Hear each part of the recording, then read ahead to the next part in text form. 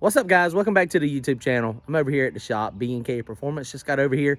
Man, we had a very, very exciting and long 2 days of racing. So we raced Saturday at Thunder Valley. Car was hooking, doing monster wheel stands, which I hate. I hate wheelies. I really dislike them. It just damages a lot of stuff. Anyway, I ended up tying it down. It was going left. We had to do some rear steer in the car and tried to get it going back straight. I almost wrecked me and Shannon both. So luckily that didn't happen. But, you know, fun day at the track. It was awesome. First time in a while I've been able to make the car go and actually get out on slicks. Went personal best on to the 60 foot. I think it went a 120 flat 60 foot. So I was really excited. Went several low 120s and had to pedal it a couple times, but it would go ahead and go.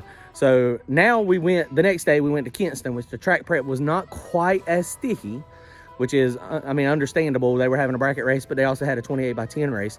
But the track was in good shape, and it would not go.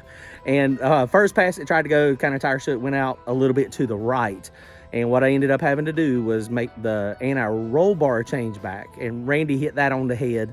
When we put rear steer in the car, he was like, we probably need to take the anti-roll bar out. And I was like, well, let's just see where it's at. And that's exactly what we had. It went right twice. And then we went out into first round. I got lucky, had a bye. The guy that I was racing broke, which sucks. It always sucks when that happens, but I was a first round duck again because it didn't go. Then we got into second round. Car, you know, tire shook, went off. I think the track was maybe a little bit tighter. Went mostly straight. I pedaled it real fast. It recovered to the 60 foot. But then when it got out there, it was just like it was on ice. I over revved it. Part of the problem is that I over revved it. I revved it to 7,800, and when I shifted it, it dropped to 6,800 and just knocked the tire off. I normally have a shift retard right there on that shift, but when I pedaled it real fast early, when it recovered, it pulled the timing out. It thought it shifted. And so that was a problem. So I'm going to actually tell it I've got 3 or 4 gears so that if that happens again, it'll still pull timing. The other thing I got to do is not rev that doggone thing so high. The converter is pretty tight and it locks it down. So that's a problem. So you can't do that. So we're over here at the shop today. Let me show you what we got going on. Make sure y'all comment, like, and subscribe. Please go to turbojohnracing.com to pick you up some t-shirts. And if y'all want to join us on our Wednesday night chats, hit that join button. Oh, yeah. I forgot something. I got this in the mail the other day. Priority mail. Kelly was like, you got a package from Applied Racing Technology. I said, I don't remember ordering anything from Applied Racing Technology. And I think I've dealt with them in the past, but look at that. That is hilarious. They must have saw the video that I lost Kelly's tape measure. And so they were kind enough to send me another tape measure. I have not even taken it out of the bag yet, so I don't even know if it is capable of bending for rollout. Shoot. Woo, doggy, look at there. It is flexible. That little tape is flexible enough I can do rollout, and I can also do it for rear steer. Applied Racing Technology. I appreciate y'all sending me a tape measure.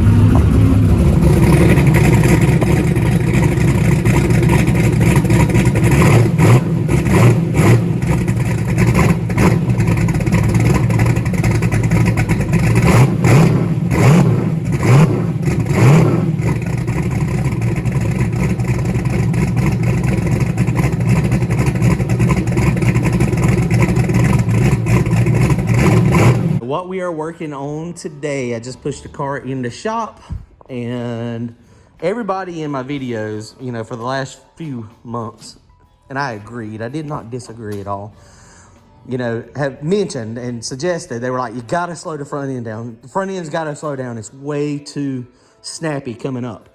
And I have not disagreed with that at all.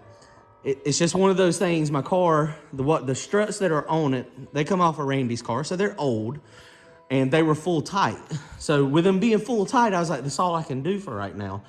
I mean, I couldn't afford a set of AFCO big guns. I couldn't afford another set of, new Stranges. I mean, they're still $500 a piece. So I was like, okay, we got to deal with it. So now, though, we're at the point where I think that is 100% the problem, is the front is just flaring up. When I tie the car down in the front, it just doesn't behave properly. It's got to have some travel in the front in order to go. to get the weight on the back of the tire. And you saw at 710 or at Thunder Valley, I'm sorry. You saw at Thunder Valley, it was just trying to wheelie real bad and all the weight was going up there. But I had travel in the front, but it was flinging it up as that spring is compressing. It's got a lot of potential energy when it compresses. When you're doing no prep and you need it to fling it up, that's good. But when you're running a track where you need it to come up slowly, that's bad. So a couple things I'm going to do. So today I was like, okay, I've got Strange double adjustables on mine. So I was like, let me call Strange and see if it's possible to revalve them. So I called them up, and sure enough, they are revalvable. The struts are easily revalvable. And what's funny is I called up and I was like, I got me an RMA number, and dude on the phone was like, yeah, we can revalve them. It's about a week turnaround time. He's like, send them to us. And so I was like, sweet. So then I got a message on Facebook a little bit later, and it was one of my Facebook friends, and that's actually who I was talking to. I didn't even realize he worked at Strange, Andrew. And so, you know, it's one of my Facebook friends that we know through racing.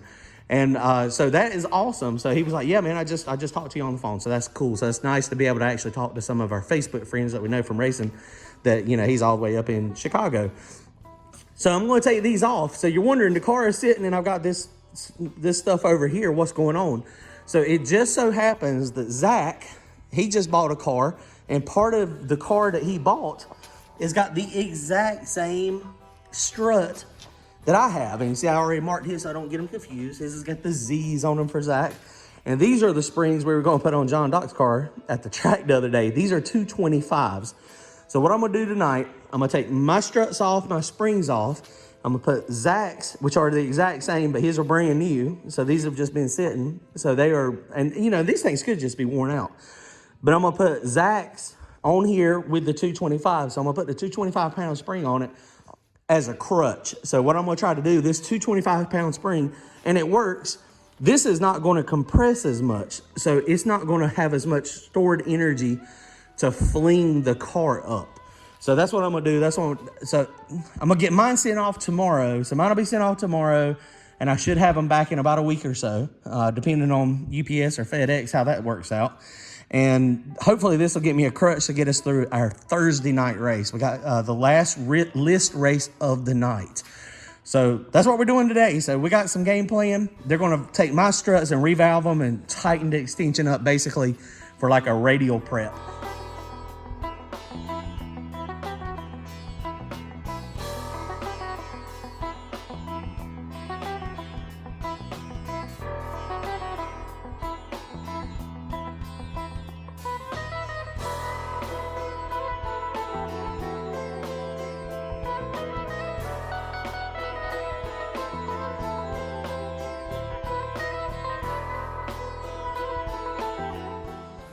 Okay, guys, so we got one side done, and you can see the difference between these springs. They're both 14s. These are 150s, lots of stored energy, and these are 225s.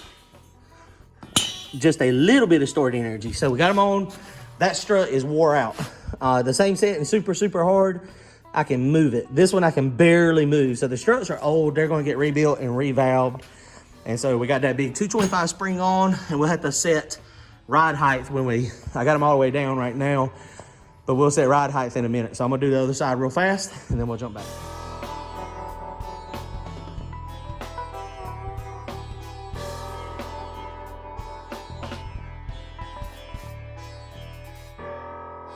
All right, guys, so we got these struts and new springs on. And so what was funny is, so this is a 14-inch spring, and on the other shocks, the other struts, the cup was running up to about right here, or the spring perch. And so on these 225s, it is all the way down, and that is the ride height. So it's a little jacked up from the floor to the edge of the fender. Is 26 inches tall. I think before it was like 25 and a half, 25. So that's going to affect the instant center a little bit. But honestly, I kind of like that ride height. 26 inches with the back is looking pretty good. So I'm definitely happy with that. So it is what it is. That's what we're going to try. The struts, my struts are definitely wore out on full tight. They are very easy to move up and down in the bore of the strut. So hopefully these are going to work. We're going to tighten these up And I've got, right now, I've got 2 nuts on the top for my suspension travel, the way I do it. It's kind of hard to see down there, it's dark. But so I think we're set. I think we're ready to go. We're gonna try it out Thursday night, and we'll see what happens. With that much travel, I'm gonna probably turn the leave down a little bit. Thursday nights down there at the track are not quite as sticky as normal because they have a lot of test and tune happening. So we'll see, we're gonna have fun. Please comment, like, and subscribe. Go to turbojohnracing.com to pick up some t-shirts and hit that join button if you wanna join us on our weekly live chats on Wednesday night. All right, guys, take care, see ya.